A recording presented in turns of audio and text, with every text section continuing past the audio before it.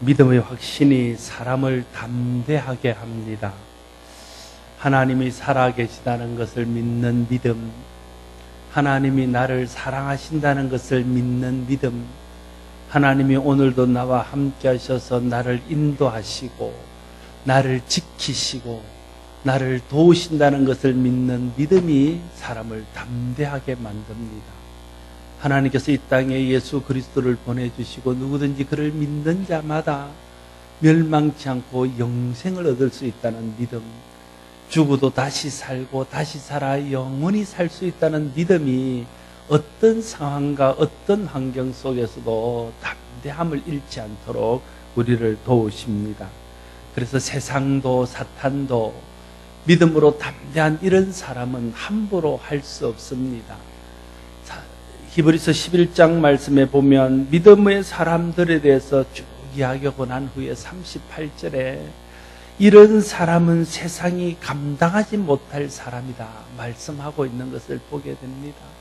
고난 가운데서도 흔들리지 않는 믿음으로 담대하고 어떤 상황 속에서도 믿음의 길을 포기하지 않는 이런 사람들은 세상이 감당하지 못할 사람이 된다는 것입니다. 믿음에 담대함이 없으니까 세상이 우리를 쉽게 보지, 우리가 믿음으로 담대하면요 세상이 우리를 함부로 할 수 없습니다.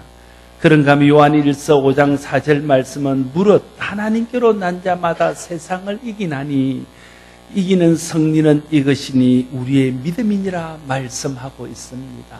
믿음이 세상을 이기는 힘입니다. 믿음이 세상을 이기는 능력입니다. 믿음의 확신은 어디서 오는 것일까요? 어떻게 믿음으로 담대할 수 있겠습니까? 믿음의 확신은 믿음의 경험에서 오는 것입니다. 믿음의 경험이 사람을 담대하게 합니다.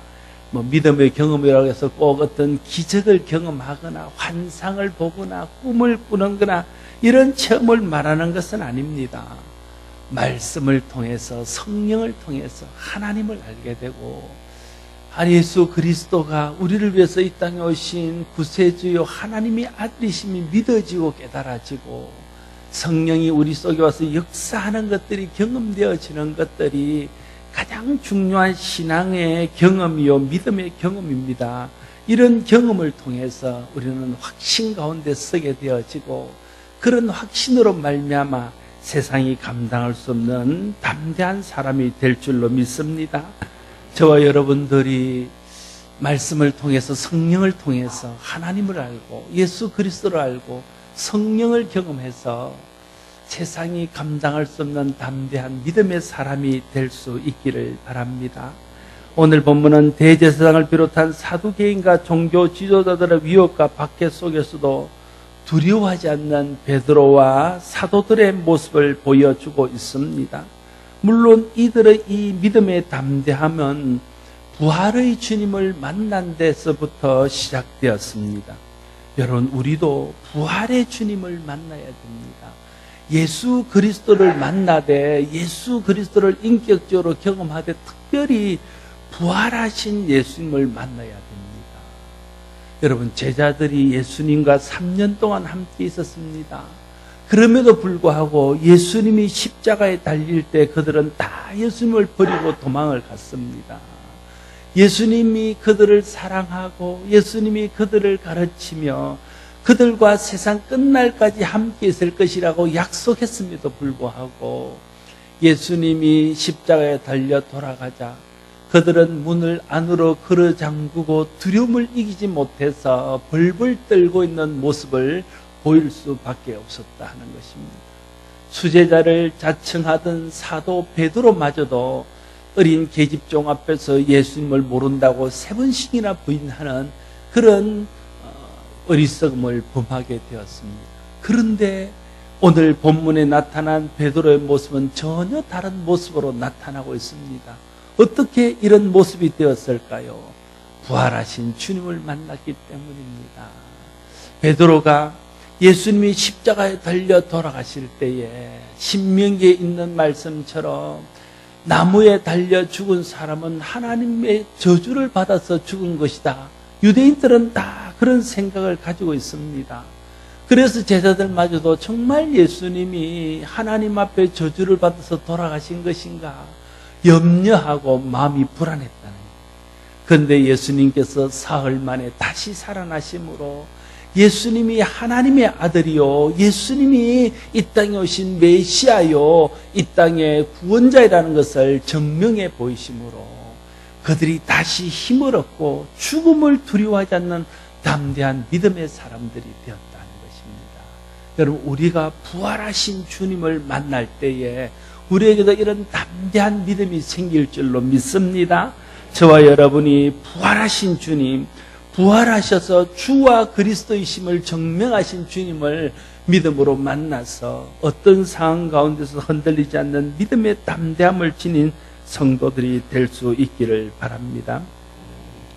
대제사장들과 사도개인들은 베드로와 사도들을 좀 과소평가했던 것 같습니다. 그들은 몇 마디 위협하는 말로 그들을 윽박지르면 그들이 더 이상 예수 이름으로 말하는 것을 포기하고 흩어질 줄로 생각했습니다. 그러나 그것은 제사장과 사두개인의 오해였습니다.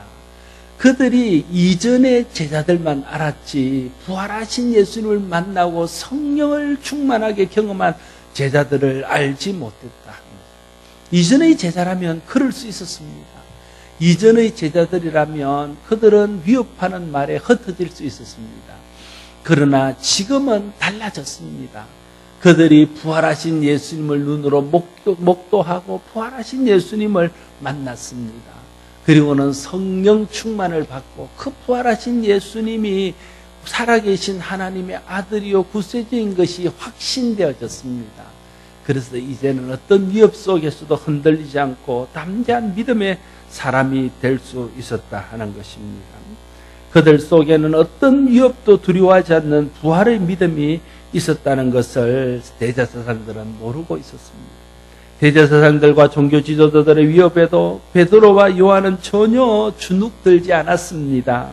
오히려 담대하게 대제사장과 둘러싼 무리들을 향하여 자신이 본 예수를 전하지 않을 수 없다고 말하고 있는 것이죠. 그렇게 되니까 오히려 당황한 것은 대제사장과 사두개인들이었습니다. 여러분 13절과 14절 말씀을 다시 한번 같이 읽겠습니다. 13절 14절을 읽겠습니다. 시작.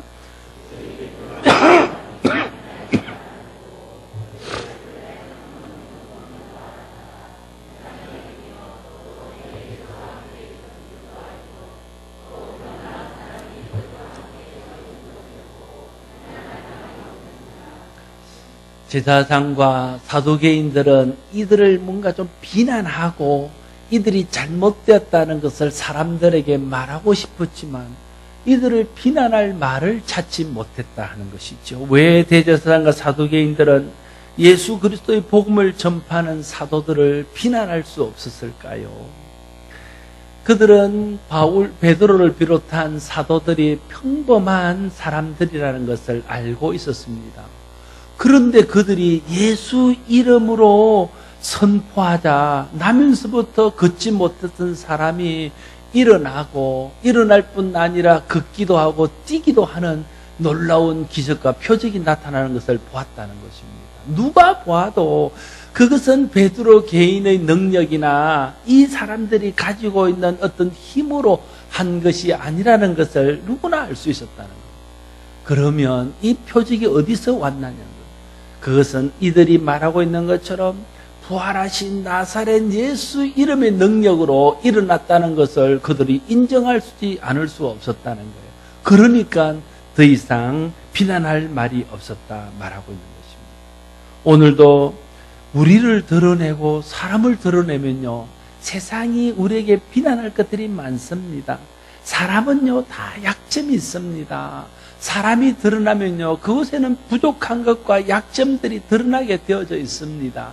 그러면 비난받을 일들이 많이 있습니다.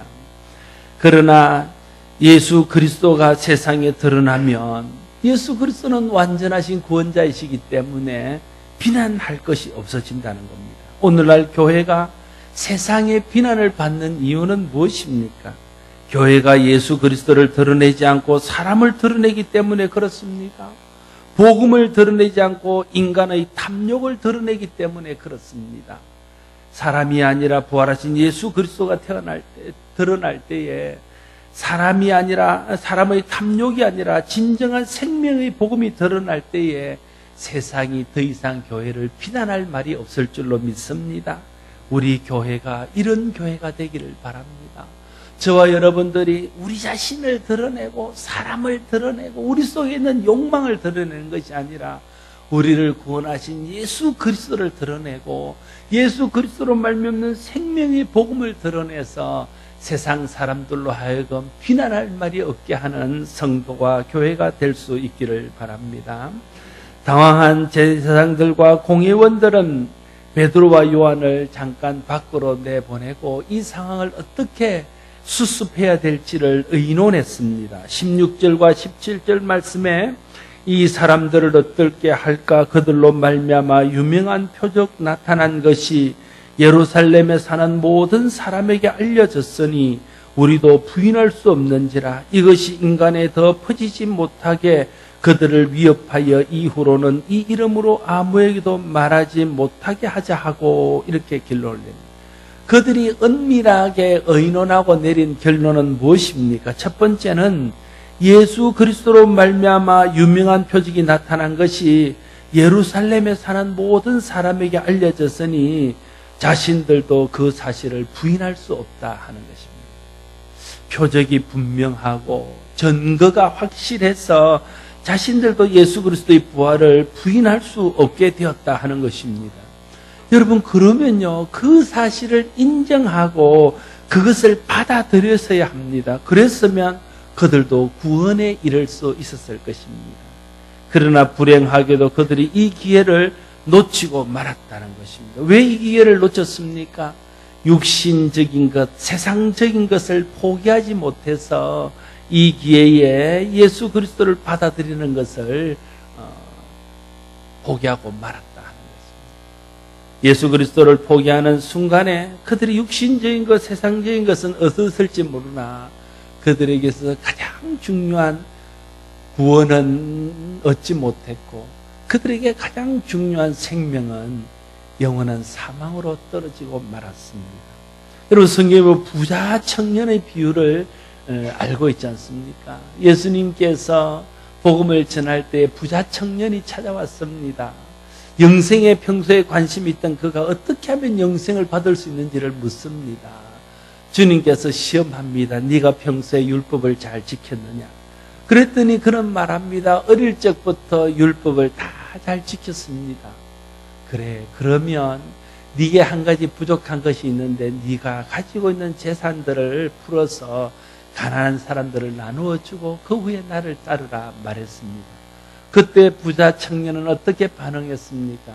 재물이 많은 거로 근심하며 돌아갔습니다. 물질 때문에 눈앞에 보이는 육신적인 것 때문에 생명 얻을 수 있는 기회를 놓치고 말았다 하는 것입니다. 그러나 또 그 반대되는 이야기들은 성경에 많이 나오고 있습니다. 대표적인 이야기가 삭개오 이야기 아닙니까? 그는 많은 재물이 있습니다. 명성도 얻었습니다. 그러나 예수님이 지나간다는 이야기를 듣고 그가 부자 청년처럼 영생에 대한 관심이 생겼다는 거예요.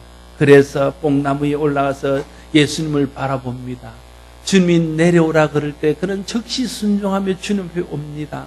그리고는 예수님을 자기 집에 초대합니다. 복음을 듣습니다. 그리고는 복음에 반응합니다. 어떻게 반응합니까? 자기의 재산을 풀어서 가난한 자에게 나누어 주고 혹시 자기가 다른 사람들 것을 빼앗은 것이 있으면 4배씩 다 갚는 것으로 주님의 복음 앞에 반응합니다.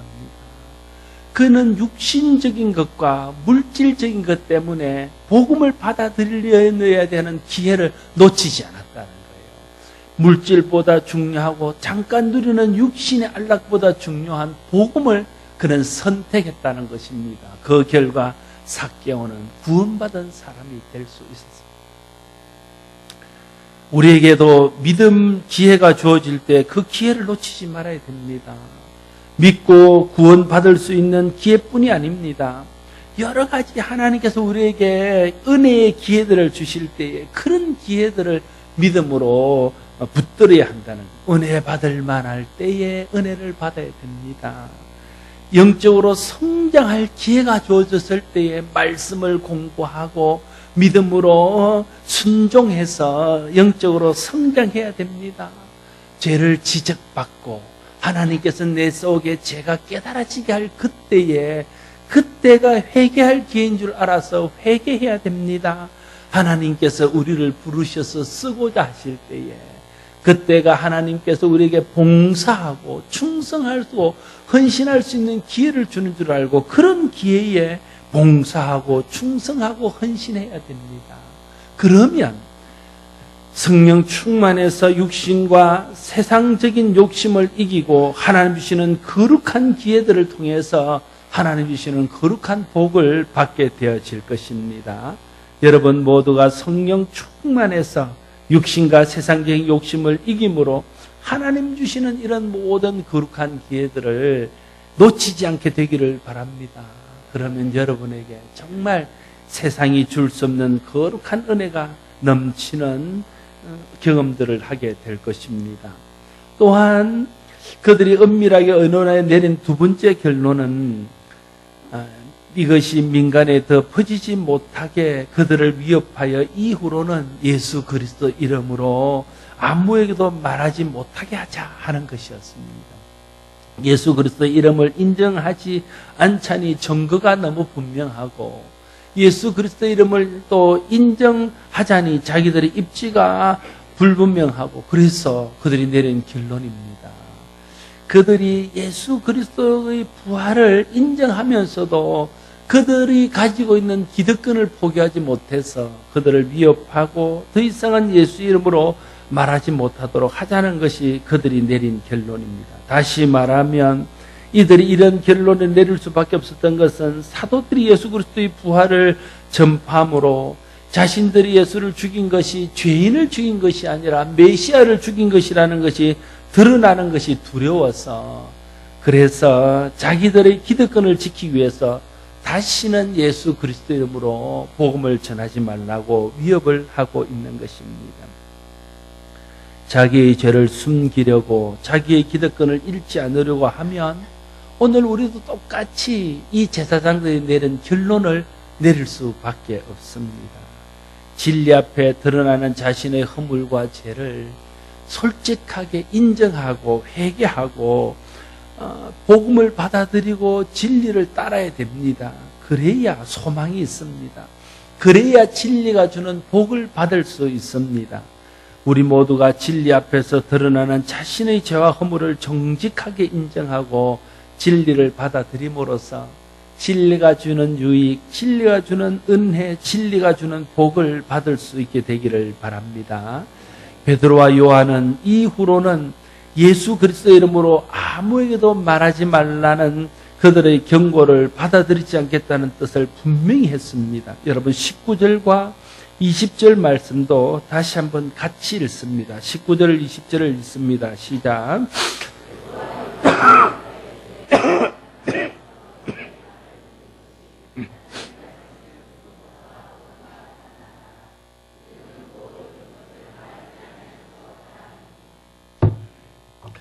베드로의 결정은 어느 쪽을 택하는 것이 안전한가 하는 것에 있지 않았습니다.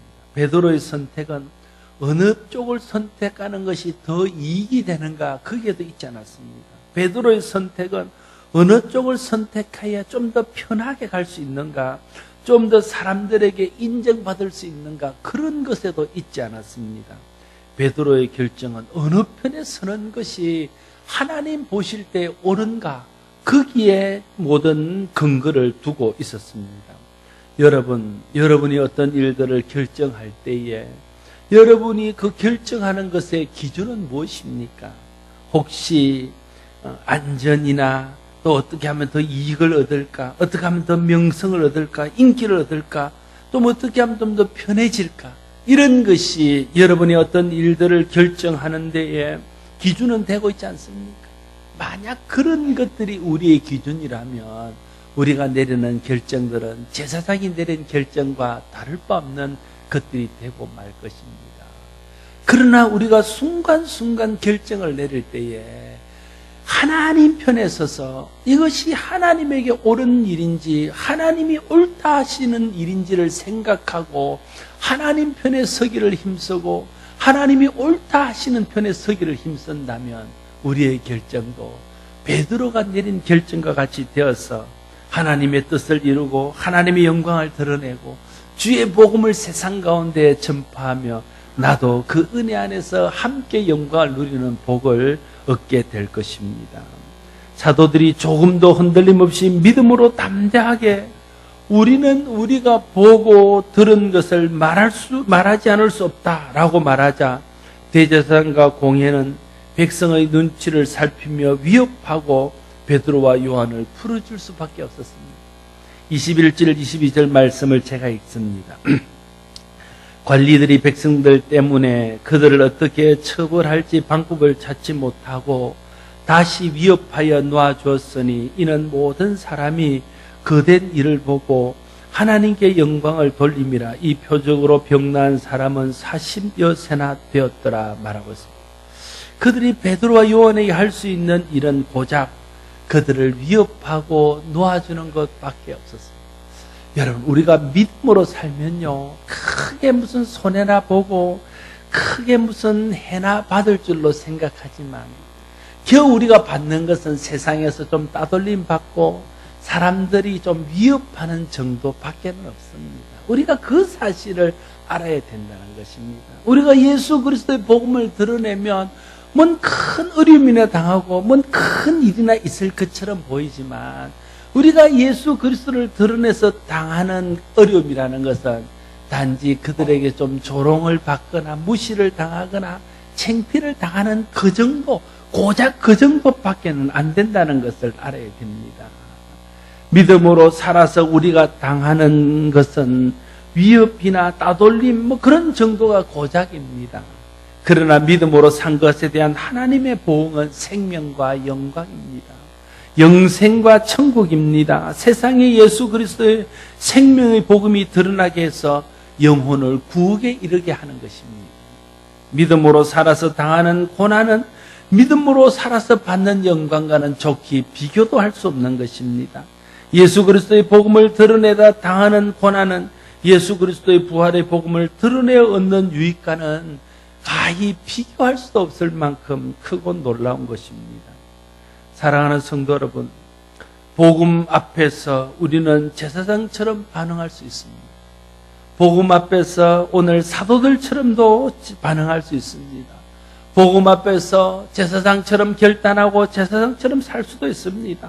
사도들처럼 결단하고 사도들처럼 살 수도 있습니다.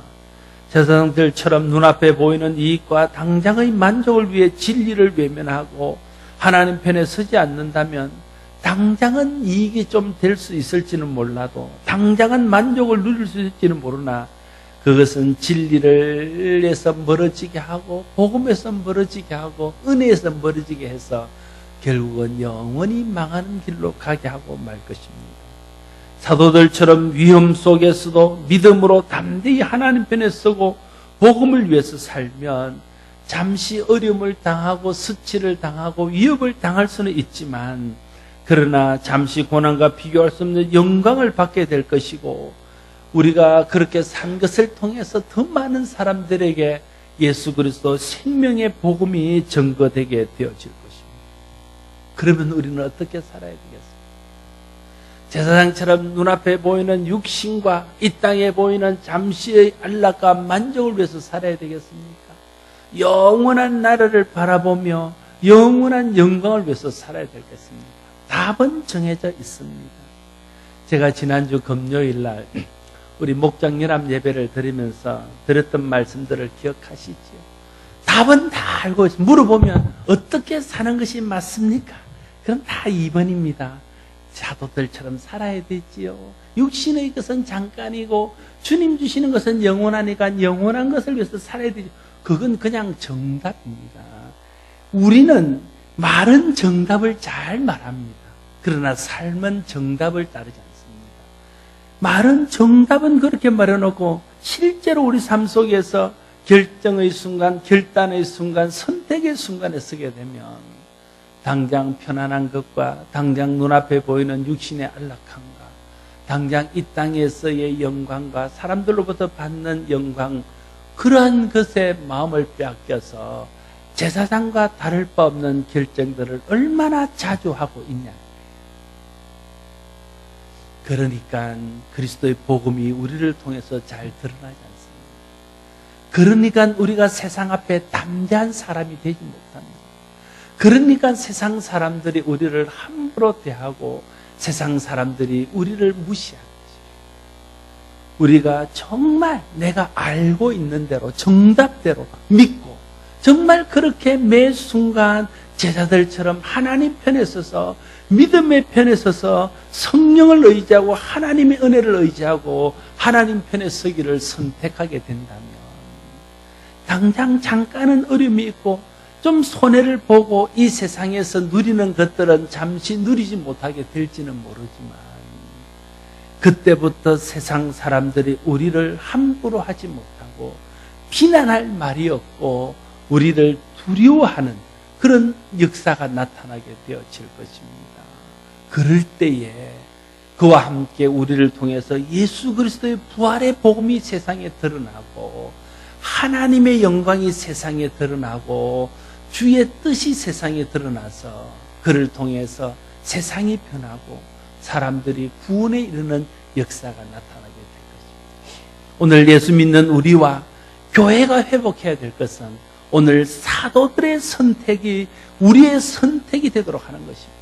이것을 회복하지 않는 한 교회는 여전히 세상으로부터 무시당하고 성도들은 여전히 세상으로부터 손가락질 받는 자리에 머물고 말 것입니다. 그러면 복음은 점점 힘을 잃고 세상은 하나님 없는 세상으로 점점 더 나아가게 될 것입니다. 그러나 이제라도 믿는 우리가 저로부터 시작하고 여러분부터 시작하고 우리 교회로부터 시작해서 매 선택의 순간에 목숨을 걸지는 못한다 할지라도 하나님 편에 서서 생각하고 하나님의 영광을 생각하고 주의 복음을 위해서 생각하면서 그 편에 서기를 위해서 선택하는 것을 계속하게 된다면 잠시 어려움을 당하고 힘든 순간 내가 여러 가지를 포기해야 되는 그런 순간들을 맞이하게 될지는 모르지만 그렇게 사는 우리의 삶을 통해서 그렇게 사는 교회를 통해서 세상에 거룩한 영향이 점점 확대되어지고 우리 주변에 하나님 나라가 이루어지며 예수께로 돌아오는 영혼들이 많아지는 것들을 경험하게 되겠습니다. 우리 모두가 사도들이 그랬던 것처럼 하늘의 영원한 소망을 바라보고 지금 우리가 잠시 믿음 때문에 당하는 어려움, 복음 때문에 당하는 어려움과는 좋게 비교도 할 수 없는 영원한 영광, 하나님 주시는 복을 생각하면서 매 순간 하나님 편에 서고 믿음의 편에 서고 복음의 편에 서는 우리 모두가 될 수 있기를 바랍니다. 기도하겠습니다. 아버지 하나님 크신 은혜를 감사합니다. 참 죄 가운데 있어서 멸망받을 수밖에 없는 우리를 살리시려고 우리를 부르시고 우리를 믿음 안에 살게 하여 주시니 감사합니다. 아버지 하나님, 이제 우리는 천국을 소망하며 사는 천국 시민입니다.